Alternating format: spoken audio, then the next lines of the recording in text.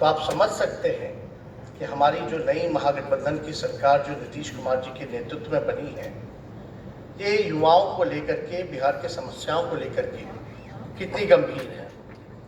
और आप देखिएगा, माननीय मुख्यमंत्री जी ने गांधी मैदान से, ऐतिहासिक मैदान से एक ऐतिहासिक दिन, इंडिपेंडेंस डे के दिन ऐलान किया था कि 20 लाख लोगों को 10 लाख सरकारी नौकरी और 10 लाख सरकार जो है रोजगार के अवसर पैदा करेगी, यानी 20 लाख होता है। और हमें पूरा विश्वास है कि जो उम्मीदें, जो आकांक्षाएं जो इस नई सरकार से लोगों की है, नौजवानों की है, इसको हम लोग पूर्ण रूप से पूरा करेंगे।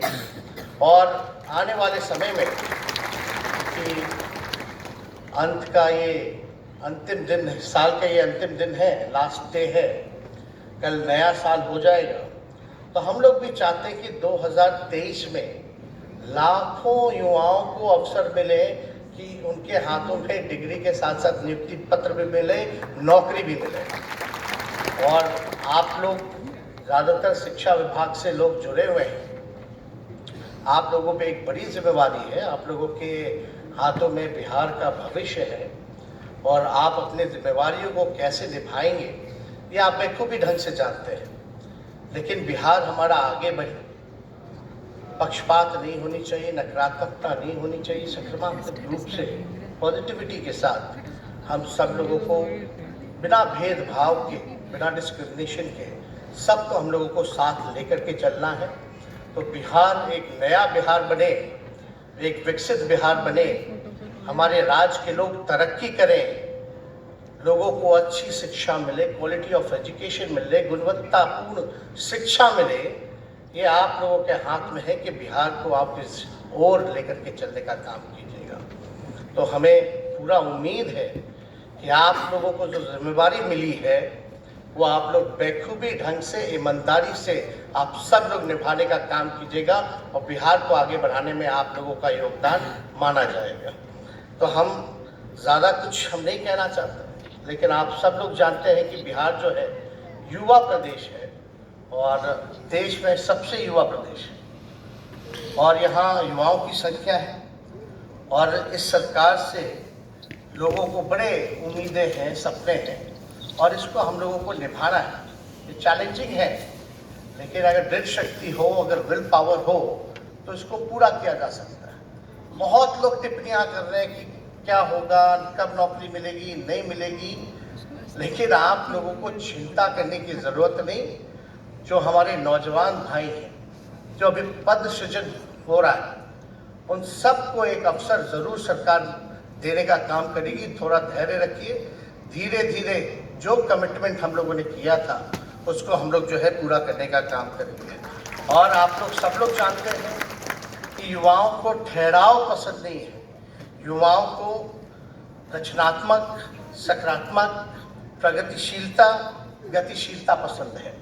तो हम चाहेंगे कि युवाओं के साथ कदम ताल हम लोग मिला करके एक सुनहरा बिहार, एक सुनहरा भविष्य हम लोग बनाने का काम करें।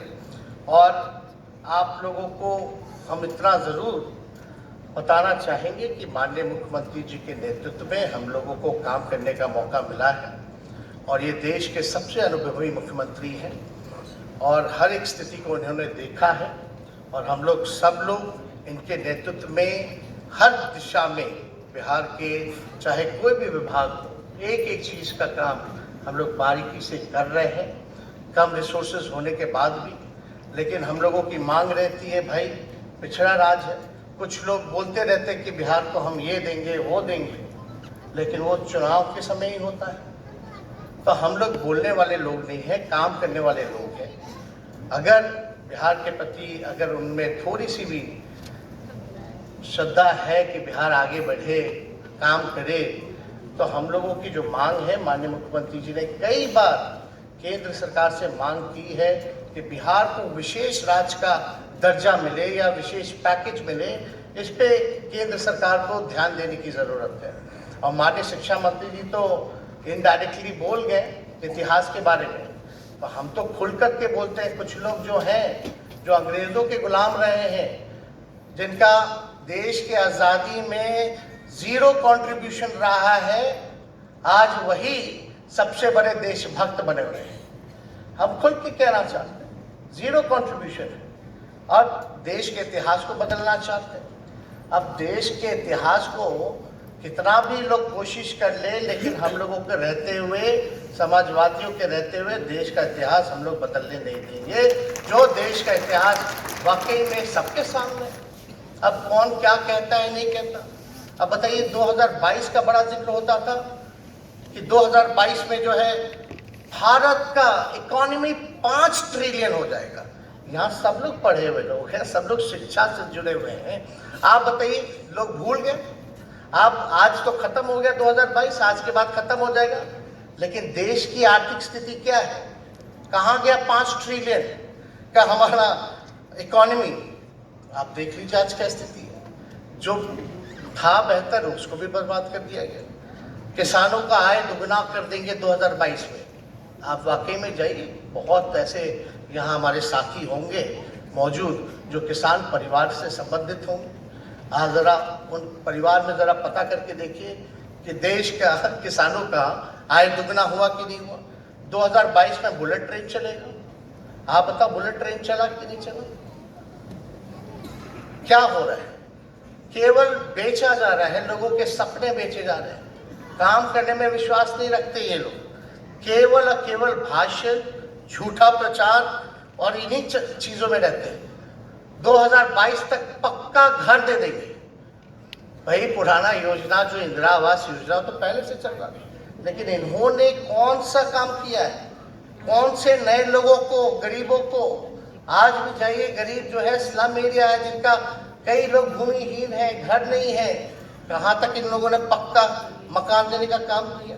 तो हम लोग तो पूछेंगे। ये लोग कहते थे कि हर साल 2 करोड़ नौजवानों को रोजगार देंगे। आज 8 साल हो गया, 16 करोड़ रोजगार का है, नौकरियां का है 16 करोड़। इनसे जरा पूछिए। और यही लोग हम लोगों से सवाल पूछते हैं कि क्या हो रहा है। ये तो बिहार मॉडल है, नियुक्ति पत्र यहाँ बंट रहा है, तो भारत सरकार भी देखा देखी जो है नियुक्ति पत्र बांटने का काम करती है। पर आपको बताते हैं, पहले हमने क्या बोला कि भैया, पहले बिहार में कई हजारों नियुक्ति पत्र तो हम लोग बांट दिए। अभी 2 कैबिनेट मीटिंग पहले ही गृह विभाग, माननीय मुख्यमंत्री जी जिसको देखते हैं, उसमें से कैबिनेट मीटिंग में 75,000 पद जो है सृजित किया गया एक कैबिनेट मीटिंग में। आप कल्पना नहीं कर सकते। बिहार की आबादी 13 करोड़ है और यहाँ हम लाखों में नियुक्ति पत्र, नौकरी दे रहे हैं। और भारत की आबादी आप समझ जाइए कि 100 करोड़ से भी ऊपर है, और वो लोग केवल 75,000 जो है नियुक्ति पत्र का कार्यक्रम बनाया। आप अंदाजा लगा सकते हैं कि हमारी सरकार कितनी गंभीर है इस चीज को लेकर के। फिर भी हम जरूर, आप सब लोग, क्योंकि साल का अंतिम दिन है और आपके चेहरे पे खुशियां इस नौकरी पाने के बाद जो दिखी है, और हमें खुशी है कि आपकी खुशियों में आज हम लोग सब लोग सम्मिलित हैं। और आप सब लोगों को, आपके सभी परिजनों को हमारी ओर से, हमारे पिता की ओर से, हमारे पार्टी की ओर से, महागठबंधन सरकार की ओर से नव वर्ष की हम शुभकामनाएं देते हैं। आइए, नई उम्मीदों को, खुशियों और नए विचार के साथ 2023 में एक नई शुरुआत हम सब मिलकर के करें। आप सब लोगों का हम बहुत बहुत धन्यवाद देते हैं और माननीय मुख्यमंत्री जी का फिर से धन्यवाद देते हुए सभी science technology department, education department के सभी पदाधिकारियों को बधाई देते हैं। और एक खाली हम रिक्वेस्ट करेंगे, माननीय मुख्यमंत्री जी बार बार कहते हैं कि जल्द से जल्द एक्सपीडाइट कीजिए, जल्द से जल्द पद को सृजन कीजिए, जल्द से जल्द लोगों के हाथ में नियुक्ति पत्र मिले। तो हम आमिर सुबहानी साहब इधर देख रहे हैं और मुख्यमंत्री जी के प्रधान सचिव भी हैं, दीपक जी हैं। हम चाहेंगे कि जल्द से जल्द लोगों के लिए ये काम जो है पूरा कीजिए, और इससे तो आप ही लोगों को सहूलियत होगा, सभी अधिकारियों को सहूलियत होगा। शिक्षा डिपार्टमेंट में शिक्षक होंगे, प्रोफेसर होंगे, लेक्चरर होंगे, अस्पतालों में डॉक्टर होंगे, नर्स होंगे, इंजीनियरिंग डिपार्टमेंट में इंजीनियर्स होंगे। तो इससे तो डिपार्टमेंट बड़ा तेजी से आगे बढ़ेगा और काम होगा और बिहार आगे चला जाएगा। तो हम चाहेंगे कि सभी अधिकारी, सब लोग काम अपना कर रहे हैं, लेकिन थोड़ा जोर लगाने की ज़रूरत है। और आइए हम सब लोग मिलकर के नए वर्ष को जो है एक सकारात्मक रूप से देखें और इसमें कंट्रीब्यूशन सबका होना चाहिए। कोई एक आदमी चाहेगा चुटकी मार के बिहार को आगे बढ़ा दे, तो ये गलतफहमी में मत रहिएगा। जब तक आपका हमारा सबका योगदान as a team if will not work out, we will not achieve a goal.